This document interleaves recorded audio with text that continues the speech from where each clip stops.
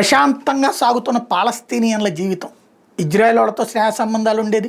ఇజ్రాయెల్లో వ్యాపారాలు చేసుకునేవాళ్ళు, ఇజ్రాయెల్ దగ్గరికి వెళ్ళి పనులు చేసుకునేవాళ్ళు, అక్కడ సంపాదించుకున్న డబ్బులతో వచ్చి గాజాలో దర్జాగా బతికేవాళ్ళు. వాళ్ళ జీవితాల్లోకి ఎంటర్ అయింది ఇరాన్ తయారు చేసి పెట్టినటువంటి తీవ్రవాద వ్యవస్థలు హమాస్.